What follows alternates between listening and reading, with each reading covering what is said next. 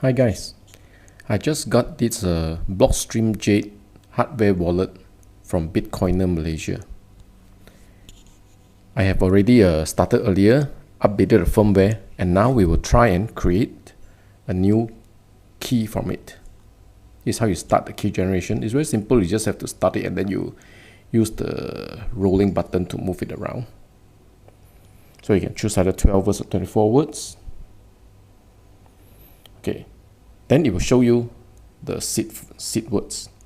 Of course, it's important that you must back it up correctly, accurately. I skipped that part. This is the last word that I'm putting in. Now, the interesting part about this is once you finish creating the key, your private key, it will ask you, of course, after you finish creation, it will ask you to test whether you have written it correctly. So it will just randomly choose a few, maybe like words number 4, words number 7, and then ask you to key in the correct one. You just have to scroll to the right one, and if you have recorded everything correctly, it will have verified without any problems.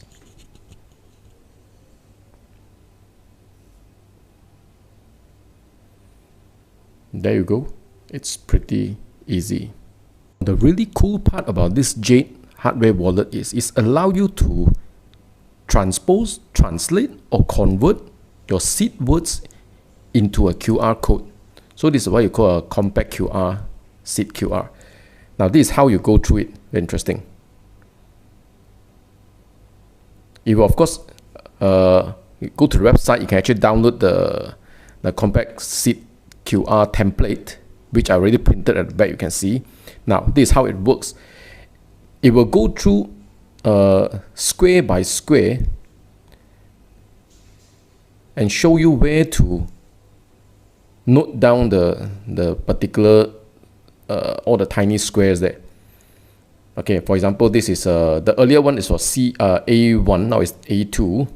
A2 is the second block. So all you need to do is follow instruction, take a black marker pen and just write it down, note it down nicely. Now I skipped that part, it's a very long thing. Now this is the last piece that I'm coloring in.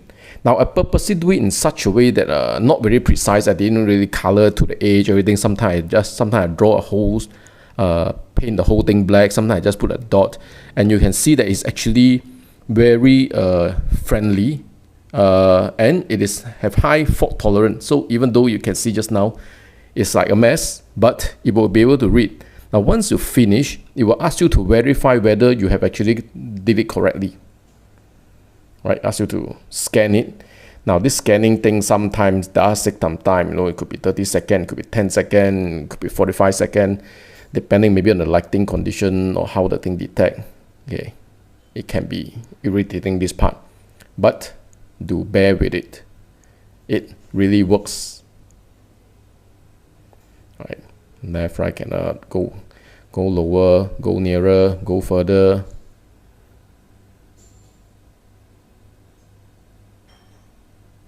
Maybe it's the angle.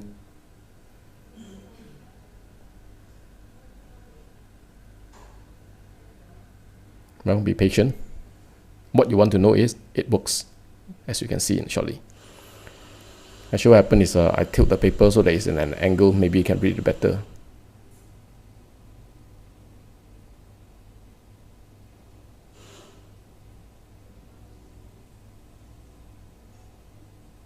There you go. All right, tells you verified. Now of course the next step will ask you whether you want to put in the passphrase. For this test we just put no, because we want to go straight to the next part. Okay, now that your key has been created, it will want to connect the hardware wallet to another companion software. I'm using a Blockstream Green wallet. You can actually, there's many other wallets that you can try. I'm connecting via Bluetooth. So whatever is your phone, just allow Bluetooth. Select the device. Because it's hardware, select Blockstream. Allow Bluetooth. And then you will find here, you can actually compare. Once you say confirm, you want to do it, it will give you even the serial number, and it will match the serial number of the device together with the Blockstream green wallet, the software wallet, the mobile wallet. So this, you know that it's actually connecting to the right one. Now, once you've done the connection, it will ask you to select what type of key it is. So we are using this is a single signature, not the multi-sig. So do the single signature, pairing it.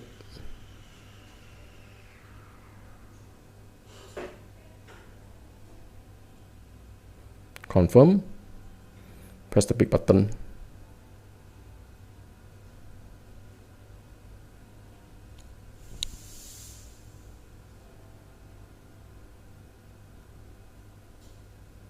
Okay, once connected, it will ask you to set up the pin. Now the pin is very important. Do not miss this step. I don't think even allow you to skip it. So you must put in the pin. Put in the pin and then verify the pin again. Because without the pin, people cannot access to your hardware wallet. So that is part of the security, right? Now once the pin is set up, it has been paired to the green wallet and is ready to be used. Now here's the part that sometimes people get confused. Why is there something called a legacy account and then an option for you to click, and then click on it? You can actually choose to create another account. Now this is merely talking about address type. If you can, always choose the native SegWit, because that one gives you the most efficient in terms of fee. The address will start with BC1. You can put in whatever name, it doesn't really matter. There you go. All right. After this, we will try to start from beginning again. Okay, this is how we put it up again after I shut everything down. You turn it on. Right, it will just show that at once there's nothing happening here. Now what you need to do now, of course, is take the mobile wallet, the companion, right? This is the companion. Select the device, which is of course Blockstream. Right, click on it. Single signature wallet. Okay, now this is the time where it's asking for the connection to the hardware wallet, and it will ask you to put in the pin. That is why if you don't have this pin, you cannot access your wallet. And I believe if you do it wrong 3 times, it will wipe everything out. Once it's wiped, if you don't have the backup of the seed, it's all gone. But you follow this instruction, it's not very difficult. Right, there you go. Now the reason we want to have the mobile wallet, because the mobile wallet will be the one, we call it the companion software, is where it will construct transaction to generate a receiving address. If you want to send Bitcoin to it, for example, this is the first time because you want to receive something to this particular private key, it will generate an address. You will notice the address, of course, is the BC1. This is native SegWit, the most efficient address currently, and even allows you to verify whether this is the same one that is generated on the hardware wallet. You know, this is a very good ways to make sure there's no hacking, right? It actually pair it correctly.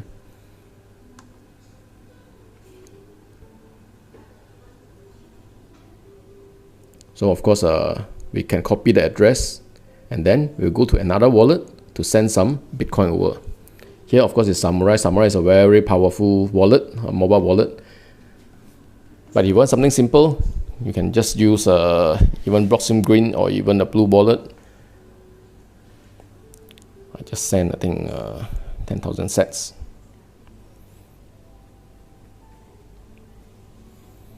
Well, for me personally, I like to check how busy is the network. Okay, check the mempool. Not busy. I put the lowest, just 1 set per byte.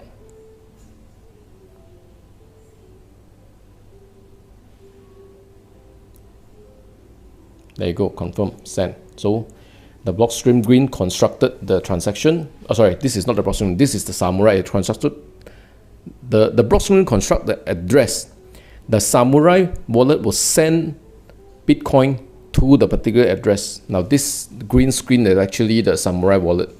Now you will realize it is a bit slow. Now the reason is because when I use Samurai, you have an option to connect to Tor. The Tor network allows much privacy, but it is a bit slow. So if you don't want to have all this waiting time, don't use Tor. But what's a few more seconds, right? Just wait for it. It's just a bit slow. Then I go back to the Blockstream, you will see that it already showed the transaction that is coming in.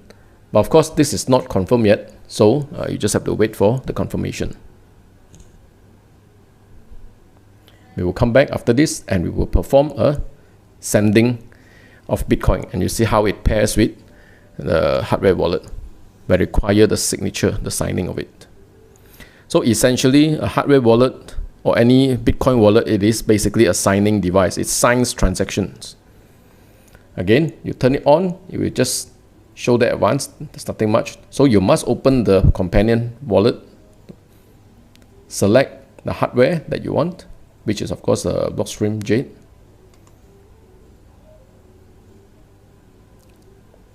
Select the address, the signature type, which is of course a single signature, and then it asks you to put in the PIN.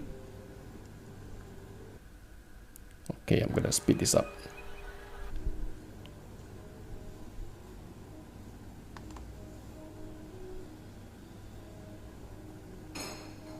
Okay, done.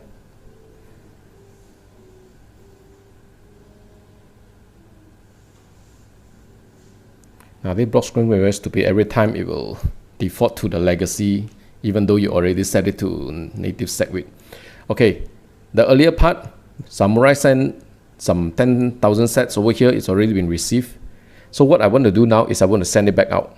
So now I'll go to the Samurai wallet, go to the receive button, and create an address on Samurai. When you use all these things, we assume that you do have some experience in sending and receiving. So you copy the receiving address, you go back to the green. Now you want to paste in, go to the send button and paste in the receiving address of the Samurai. In this case, I send everything out. You can choose the fee. The fee is quite low, so it doesn't matter, it's just one set. So if you want to do testing, find a time where it's low fee, not busy network. Okay, now I ask you to confirm everything. You want to send to this particular address. Now the moment you slide OK, this is where it will send the transaction over to the hardware wallet for the hardware wallet to sign it with a private key. You confirm the amount, you confirm the fee, you press OK. There you go. That is the purpose of the hardware wallet. Now you must know the private key or the seed words never leave the hardware wallet in this case. Right? The companion app is just to construct transaction, send it over to be signed, receive it back, and send it back out. Thank you very much.